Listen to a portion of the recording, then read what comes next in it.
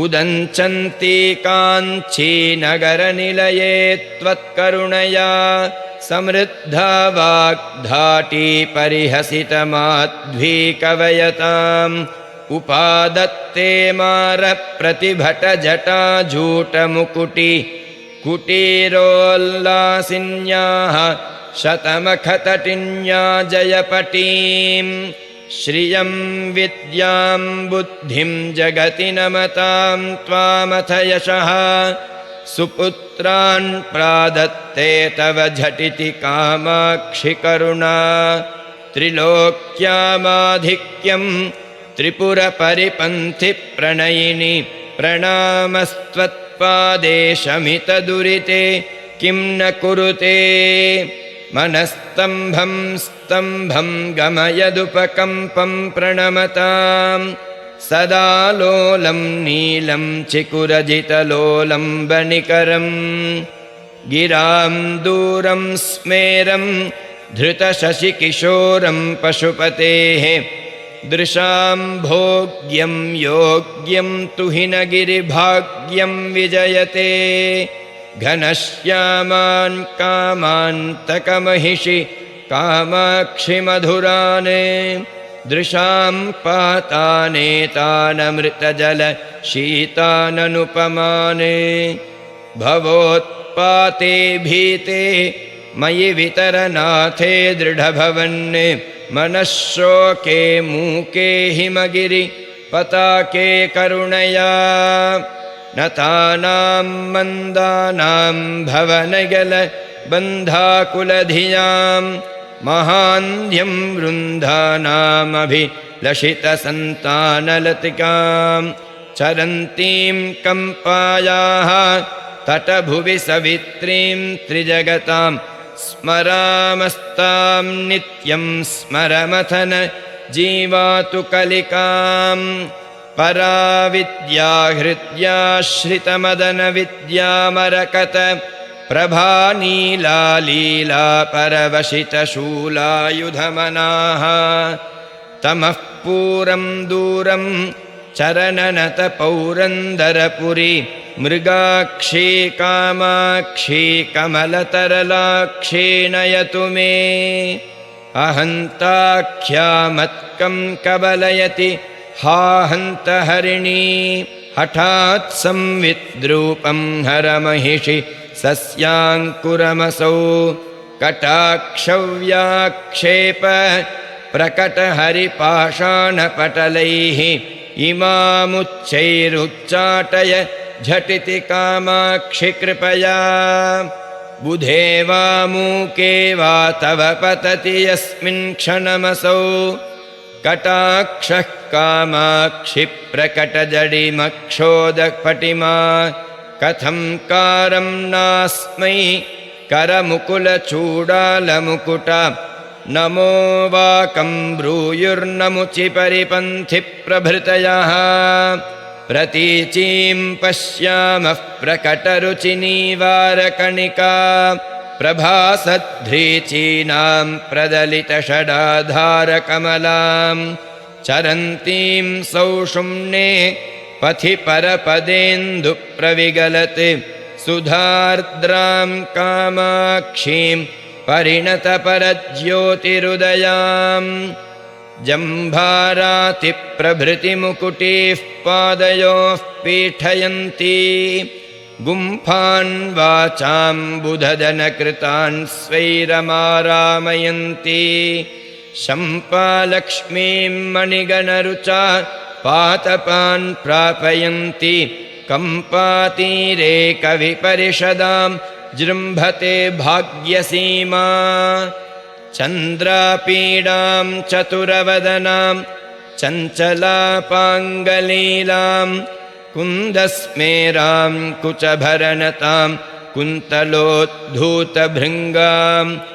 मारारातेर्मदनशिखिनं मांसलं दीपयन्तीं कामाक्षीं तां कविकुलगिरां कल्पवल्लीमुपासे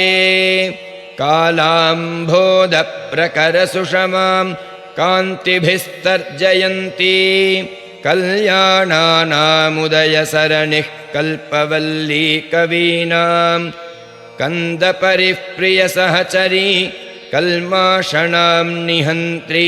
काञ्चीदेशं तिलकयति सा कापि कारुण्यसीमा ऊरीकुर्वन्नुरसिजतटे चातुरीं भूधराणां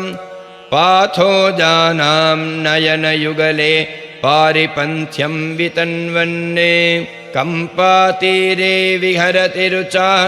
मोघयन्मेघशैलीं कोकद्वेषं शिरसि कलयन्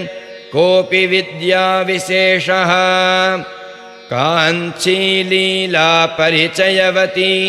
कापि तापिञ्छलक्ष्मीः जाड्यारण्ये हुतवः शिखा जन्मभूमिः कृपायाः माकन्दश्रीर्मधुरकविता चातुरी कोकिलानां मार्गे भूयान्मम नयनयोः मान्मथी कापि विद्या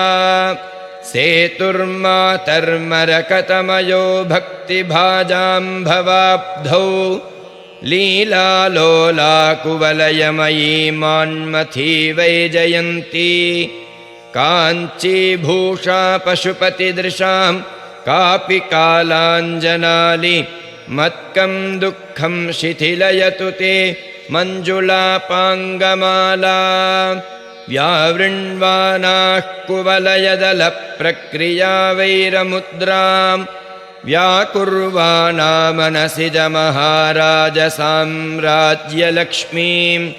काञ्चीलीलाविहृतिरसिके काङ्क्षितं नः क्रियासुः बन्धच्छेदे तव नियमिनां बद्धदीक्षाः कटाक्षाः कालाम्भोदेसितरुचिदलं कैतकं दर्शयन्ती मध्ये सौदामिनि मधुलिहां मालिकां राजयन्ती हंसारावं विकचकमले मञ्जुमुल्लासयन्ती कम्पातीरे विलसति न वा कापि कारुण्यलक्ष्मीः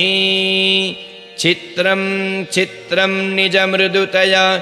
भर्त्स्यन् पल्लवालीं पुंसां कामान् भुवि च नियतं पूरयन् पुण्यभाजां जातः शैलान्न तु जलनिधेः स्वैरसञ्चारशीलः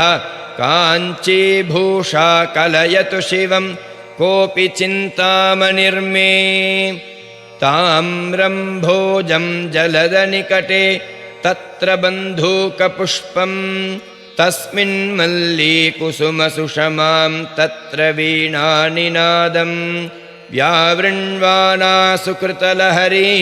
कापि काञ्चीनगर्याम् ऐशानी सा कलयति तरामैन्द्रजालं विलासम् आहारांशं त्रिदशसदसामाश्रये चातकानाम् आकाशोपर्यपि च कलयन् आलयद्वन्द्वमेषां कम्पातीरे विहरति तरां कामधेनुः कवीनां मन्दस्मेरो मदननिगमप्रक्रियासम्प्रदायः आर्द्रीभूतैरविरलकृपैः आत्तलीलाविलासैः आस्थापूर्णैरधिकचपलैः अञ्चिताम्भोजशिल्पैः कान्तैर्लक्ष्मीललितभवनैः कान्तिकैवल्यसारैः काश्मल्यं नः कबलयतु सा कामकोटिकटाक्षैः आधून्वत्यै तरलनयनैः आङ्गजीं वैजयन्तीं आनन्दिन्यै निजपदजुषामात्तकाञ्चीपुरायै आस्माकीनं हृदयमखिलैः आगमानां प्रपञ्चैः आराध्यायै स्पृहयति तरामादिमायै जनन्यै दूरं वाचं त्रिदशसदसां दुःखसिन्धोस्तरित्रं मोहक्ष्वेलक्षितिरुहवने क्रूरतारासि पत्रं कम्पातीरप्रणयिकविभिः वर्णितोद्यच्चरित्रं शान्त्यै सेवे सकलविपदां शाङ्करं तत्कलत्रं खण्डीकृत्य प्रकृतिकुटिलं कल्मषं प्रातिभश्री शुण्डीरत्वं निजपदजुषां शून्यतन्द्रं दिशन्ति तुण्डीराख्ये महति विषये स्वर्णवृष्टिप्रदात्री चण्डी देवी कलयति रतिं चन्द्रचूडालचूडे येन ख्यातो भवति स गृही पूरुषो मेरुधन्वा यदृक्कोणे मदननिगमप्राभवम्बो भवीति यत्प्रीत्यैव त्रिजगदधिपो जृम्भते किं पचानः कम्पातीरे सजयति महान् कश्चिदोजो विशेषः धन्या धन्या गतिरिह गिरां देवि कामाक्षियन्मे निन्द्यां भिन्द्यात् सपदि जडतां कल्मषादुन्मिषन्तीं साध्वीमाध्वीरसमधुरता भञ्जनी मञ्जुरीतिः वाणी वेणी झटिति वृणुतात् स्वध्वनि स्पर्धिनी मां यस्या वाटी हृदयकमलं कौसुमीयोगभाजां यस्याः पीठे सततशिशिरा शीकरैर्माकरन्दैः यस्याः पेटे श्रुतिपरिचलन् मौलिरत्नस्य काञ्ची सा मे सोमाभरणमहिषी साधयेत्काङ्क्षितानि एका माता सकलजगतामीयुषी ध्यानमुद्राम् एकां राधीश्वरचरणयोः एकतानासमिन्धे ताटङ्कोद्यन्मणिगणरुचा ताम्रकर्णप्रदेश तारुण्यश्रीस्तबकिततनुस्तापसी कापि बाला दन्तादन्तिप्रकटनकरे दन्तिभिर्मन्दयानैः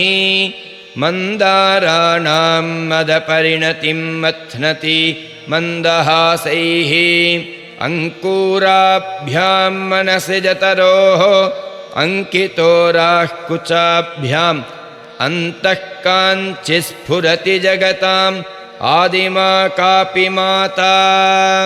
त्र्यम्बककुटुम्बिनीं त्रिपुरसुन्दरीमिन्दिरां पुलिन्दपतिसुन्दरीं त्रिपुरभैरवीं भारतीं मतङ्गकुलनायिकां महिषमर्दिनी मातृकां भनन्ति विबुधोत्तमा विहृतिमेव कामाक्षिते महामुनिमनोनटी महितरम्यकम्पातटी कुटीरकविहारिणी कुटिलबोधसंहारिणी सदा भवतु कामिनी सकलदेहिनां स्वामिनी कृपातिशयकिङ्करी मम विभूतये शाङ्करी जडाः प्रकृतिनिर्धनाः जनविलोचनारुन्तुदाः नराजननिवीक्षणं क्षणमवाप्य कामाक्षिते वचः सुमधुमाधुरीं प्रकटयन्ति पौरन्दरी विभूतेषु विडम्बनां वपुषि मान्मथीं प्रक्रियां घनस्तनतटस्फुरत्फुरितकञ्चुली चञ्चली कृतत्रिपुरशासना सुजनशीलितोपासना दृशोः सरणिमश्नुते मम कदानु काञ्चीपुरे परापरमयोगिनां हृदयचित्कला पुष्कला कवीन्द्रहृदये चरि परिगृहीतकाञ्चीपुरी निरूढकरुणाझरी निखिललोकरक्षाकरी मनःपथदवीयसी मदनशासनप्रेयसी महागुणगरीयसी मम दृशोऽस्तु नेदीयसी धनेन न रमामहे खलजनान्न सेवामहे न चापलमयामहे भवभयान्न दूयामहे स्थिरां तनुमहेतरां मनसि किञ्च काञ्चीरत स्मरान्तककुटुम्बिनी चरणपल्लवोपासनाम् सुराः परिजना वपुः मनसि जाय वैरायते त्रिविष्टपनिदम्बिनी कुचतटी च केलीगिरिः गिरः सुरभयो वयः तरुणिमादरिद्रस्य वा कटाक्षसरणौ क्षणं निपतितस्य कामाक्षिते पवित्रय जगत्त्रयी विबुधबोधजीवातुभिः पुरत्रयविमर्दिनः पुलककञ्चुलीदायिभिः भवक्षयविचक्षणैः व्यसनमोक्षणैर्वीक्षणैः निरक्षरशिरोमणिं करुणयैव कामाक्षिमां कदा कलितखेलनाः कथमिवाम्बकाञ्चीपुरे कलायमुकुलत्विषः शुभकदम्बदूर्वाङ्कुराः पयोधरभरालसाः कविजनेषु ते बन्धुराः पचेलिमकृपारसाः मम पतन्ति मार्गे दृशोः अशोध्यमचलोद्भवं